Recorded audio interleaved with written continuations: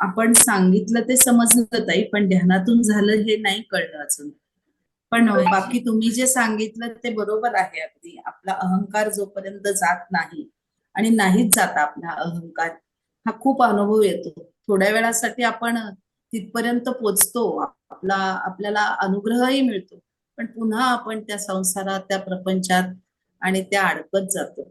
असा माझा अनुभव आहे. म्हणजे खूप वेळा आपल्याला तसं होतं. म्हणजे छान अनुभव येतात, सगळं होतं आणि पुन्हा काहीतरी आपलं हरवलंय, काहीतरी गेलंय, आपल्या हातून निसटलंय असं वाटतं आणि अहंकार आपल्याला पकडतो. ती पण स्थिती जी आपली आहे ती शाश्वत स्थिती मिळायला आपली तेवढी साधना व्हायला हवी असं वाटतं.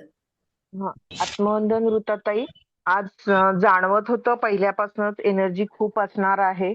आणि खरंच तशी आहे एनर्जी. म्हणजे तुम्ही कसं काय बोलू शकता ह्याच्यात, अर्थात तुमचेच बोलवते ध्वनीच वेगळे असतात त्यामुळे हे होतंय. पण अजूनही मला त्याच्यातनं बाहेर येता येत नाही. तुम्ही आता प्रश्न मगाशी विचारला की हे शिरच्छेदन झालं का?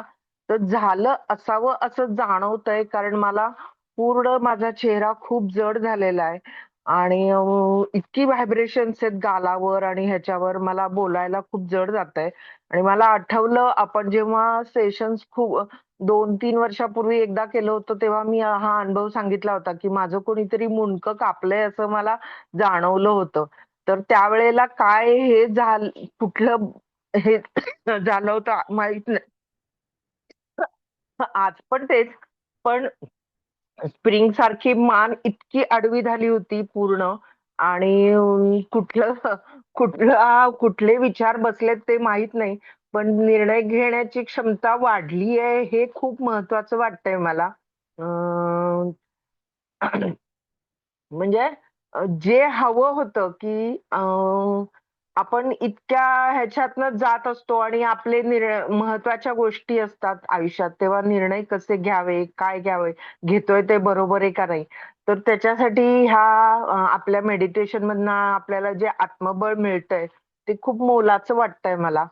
अं, पण शिरच्छेदन झालं असावं हे नक्की. कारण मला अजूनही म्हणजे असं खांदे हे झालेत. काही सांगताच येत नाहीये. खूपच सुंदर होतं आज. खूप सुंदर होतं. खूप सुंदर. धन्यवाद ताई. कालचा दिवस माझा इतका स्वामीमय झाला. सकाळी एकदा आपल्या सेशनच्या आधी एक स्वामींचं भजन झालं. त्यानंतर मी एक क्लास घ्यायला जाते. पुण्यात राहते मी, MIT कशी हे घेते. तिथे स्वामींची भजनं झाली. त्यानंतर दुपारी आपलं सुरुचिताई डबीरांचं याच्या आधी स्वामींचं भजन झालं. त्यानंतर माझ्या घरी माझ्या क्लासमधल्या बायका आल्या होत्या. तर आम्ही स्वामींचं सगळं गुणगान हे केलं.